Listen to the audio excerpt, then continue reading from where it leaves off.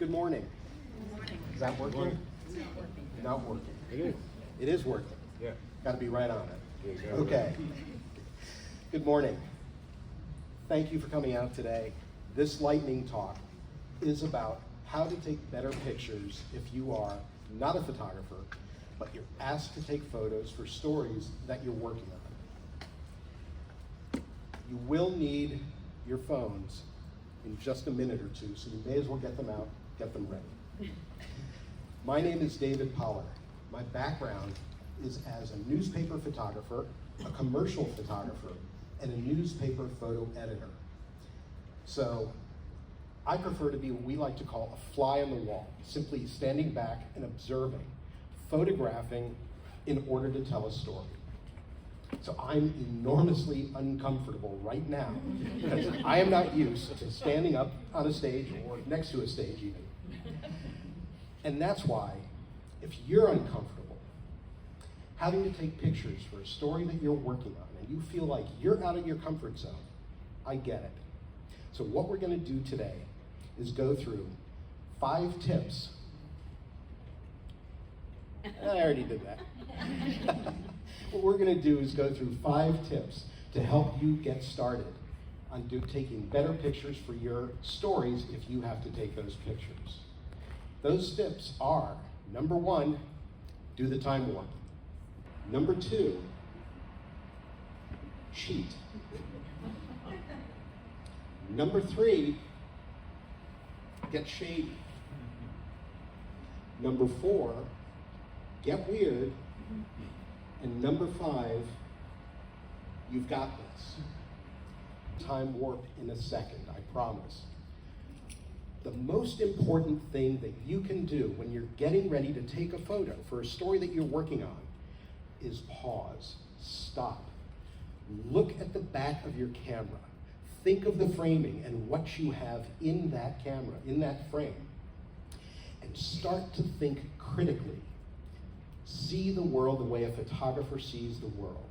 Because you're probably not standing in the best place to take that picture when you just take your phone out of your pocket. So what I want you to do is pause and look at that camera, look at your phone and ask yourself, what don't you like about the picture you think you're about to take? You're gonna fix what you don't like, because this is your last opportunity before you take that picture. You're gonna fix what you don't like by using your feet. If your subject is too small in that frame, get closer, walk closer, fill the frame with what you want to take a picture of. If there is... This is going up my one assistant. time. If there is a tree or stop sign sticking out of somebody's head, well, seriously, move around. You have to see that before you take the photo. Start moving around and keep looking. Keep being critical before you take that first picture. And that's what brings us to the time warp. Who here has seen the Rocky Horror Picture Show? The freaks, my people. You remember the dance they did, the time warp. I want you to think about doing the time warp when you're getting ready to take a picture. And to do that, what I want you to think of is the instructions for doing that dance, which were, it's a jump to the left, and then a step to the right. Remember that? Yeah. When you're framing your photo, ask yourself if moving to the left or taking a step to the right is fixing some of those problems that you have with that picture. Moving your feet and looking at the screen is the number 1 thing that you can do to start getting better pictures. Number 2, cheat. Take out your phones now. And I want you to stand up, turn on the selfie camera. This is cheating. So, take out the selfie camera, aim it at yourself so that you see your own face in the picture, right? And what I want you to do is pay attention to two things: the background that you see and the light that's on your face. Start rotating around slowly, not hitting the people standing next to you. Start rotating around slowly, paying attention to how the light and shadow on your face are changing and how the background is changing. I see a lot of you folks taking pictures vertically and a lot horizontally. We'll get to that later, but both are good. So pay attention. Look for where, in other rooms that have different lighting, or outdoors especially, you will start seeing different shadows and highlights on your face. Look for where it is the best lighting and the best background for a picture. While you're there, that's going to be your direction if you're taking someone's portrait. So, remember where you are. Now, turn off the selfie camera, go back to your normal camera, and face in the opposite direction. Your camera, where you were just about to take that selfie photo, you will have the same background and the same lighting, okay? The person you were going to take a portrait of, move them right into where you were, and that prepares you to take that portrait. You've already cheated using your selfie camera. Number 3 is get shady. Outdoors on cloudy days like today, clouds are great, but open shade is better. If you are going to be outdoors on a sunny day, find the shadow side of a building. That area there is what we call open shade. There's plenty of light, but it's very soft. There won't be bad shadows under people's eye sockets or anything like that. It's a great place to take a portrait. Open shade. If there's no open shade, if it is a really bright sunny day, and you're going to take a picture of someone, don't put the sun right behind them, and don't put it right behind you. The sun sort of behind your left shoulder or behind your right shoulder. Okay, that's outdoors. What about indoors? If you need to take pictures indoors, in an office, for example, less is more. I'm that office. Grab the person you're going to take a picture of, and turn off the overhead lights. Bring them over to a window or an open door. Have them stand, if there's a window, have them stand right next to it, and then take a step back. In the direct light of the window, but just the near light of that window. The light behind them will be it'll be very dark because you've turned off the overhead lights. You've now got this really soft light in a dramatic dark background. You've just created open shade indoors.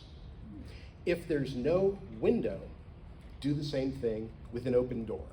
Open it up, let light come in from a hallway or outside.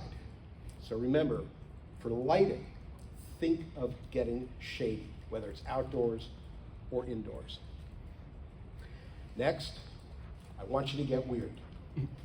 First thing you should do is take a very safe, very safe, very boring, predictable photo.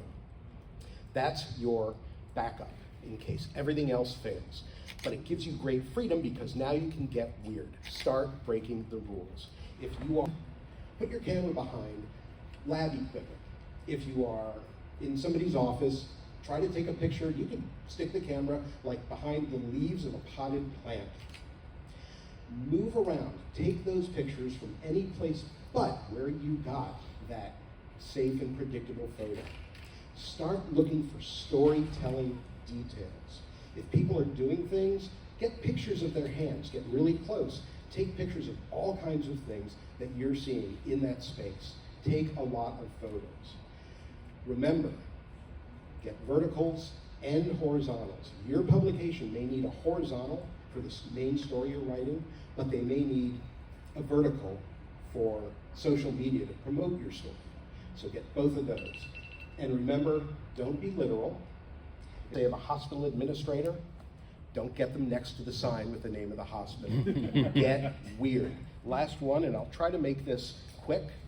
You've got this. And I don't mean that in a schmaltzy, self-help poster kind of way. I mean that as the reporter, as the journalist, you are uniquely qualified to be the photojournalist for your own story. You know the people, the issues, the locations, who is going to be affected by what you're writing about, and how. All of those things are essentially a list of photos for you to take so you can tell your story visually. Thank you, Dave. And that's it. I do have one quick sixth tip. Remember, it's journalism. No setting things up, no faking things. You have to be honest with your pictures just as you're honest with your words and your editing. So remember, no setting up. And if you're using anything to post-process your pictures, do not eliminate any objects or people, because again, that's being dishonest. Your pictures need to be as truthful as your stories. Thank you very much. Photo experience. So my question is, when you're taking a picture of like a press conference that's like direct noon sunlight and it's horrible, like do you have any advice for when you can't control the lighting or the background? And then also, can I add like a seventh tip? Please use your cloth to wipe off your lens, because the worst thing is when it's like fuzzy. If there's that smear on If it. you have glasses and a glasses cloth, that's best, but even your pants is better than nothing. So, yeah. Very good tip, thank you. As for the first one, yes, if there's a press conference, if you can, I mean, if there's any other way, one of the best things to do, if it's like high noon, midday, there's nothing you're going to be able to do about that light. You simply need to work with it. If it is directional light, let's say it's earlier in the morning but bad, or later in the evening a little bit, but it's still bad light, move around. You might find that shooting that picture backlit, if your exposure is correct, is cleaning up all kinds of things. Your picture will, in effect, be rim lit. So you'll be shooting on the shadow side. Think of shooting on the shadow side in a case like that. If it's midday and the light is just terrible, there's nothing we can do. Maybe pull somebody aside, get them in that open shade. So if you've got, because what value do most press conference pictures have anyway? If you can get that expert aside, get him in that open shade, get a nicer portrait than everybody else has got. Yeah. Hi, Christine Herman, Illinois Public Media. Can you talk about when you do portraits? There is some staging involved. It's the ethics of staging something to make it look like something happening was not is different from the ethics of framing a portrait. Right. And removing distracting objects is okay and stuff like that. Can you also talk about angle, high, low, and how you and also can you coach people to give a serious face if your story is serious but they have a big cheesy smile on, stuff like that? Those are great questions. A lot of the pictures that we do end up shooting are going to be portraits, so you do need to sort of learn to work exactly in those situations.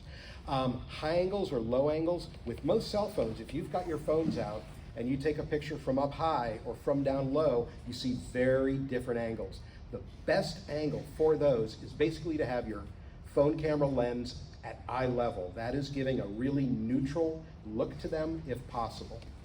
Your other question had to do with, the ethics of taking portraits. I'd say don't make a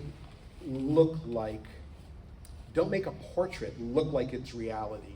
Have the person that you're taking a picture of staring right down the barrel of that lens.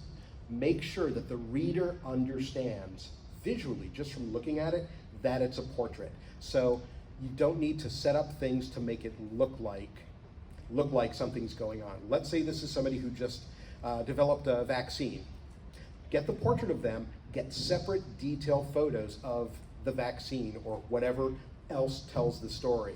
But you don't have to pretend that they're holding the needle or anything like that. Again, honesty is what has to come through in your photos. One quick question. Yep. Hi. Hi. My name is Chantal Riley. I'm a freelancer. I'm working on a story for Science Friday right now, and I have to take a photo from a moving boat. Got it. And I often take photos from moving boats. I don't know why. Anyway, I cover a lot of water issues probably. That's why. But I'm wondering if you can give me two pieces of advice. Physically, what do I do with my body to best anchor myself while I'm on this moving boat, taking photos, usually at a distance? And two, any suggestions you can give me for settings on a new Fuji camera with too many buttons to help me with the clarity and resolution? Got it. You're Okay, gonna so answer that's the first for us, and then give her the second answer. Pardon me? Afterwards. Just answer the first one, and then the two you can talk Got it, afterwards. got it. And then we could take it out. Okay, so to sort of anchor yourself, no pun intended, if you are on a boat, I think it largely depends, of course, on the size of it and what the waves are like that day. I really can't stand here and tell you exactly what to do. I would say, I mean, I grew up in Miami. We've had boats since I was growing up. Your knees are going to be really helpful when it comes. If you lock your knees, you're going to feel every little bump. So kind of loosen up your shoulders and loosen up your knees a little bit, and don't hold that. Normally I would like to tell people, hold the camera right close to them and sort of be the tripod. But if there's a lot of movement in the place where you're taking the picture, you may want to sort of shoot with the screen on the back of the camera rather than using the viewfinder, and look at the scene through the back of the camera if you have that on your Fuji. I'm not sure which model it is, but if you do, that might be a way to do it. And the higher shutter speed, the better. That's all I could say. That is gonna, as you're moving around, that's gonna freeze the action a little bit more. Thank you very much.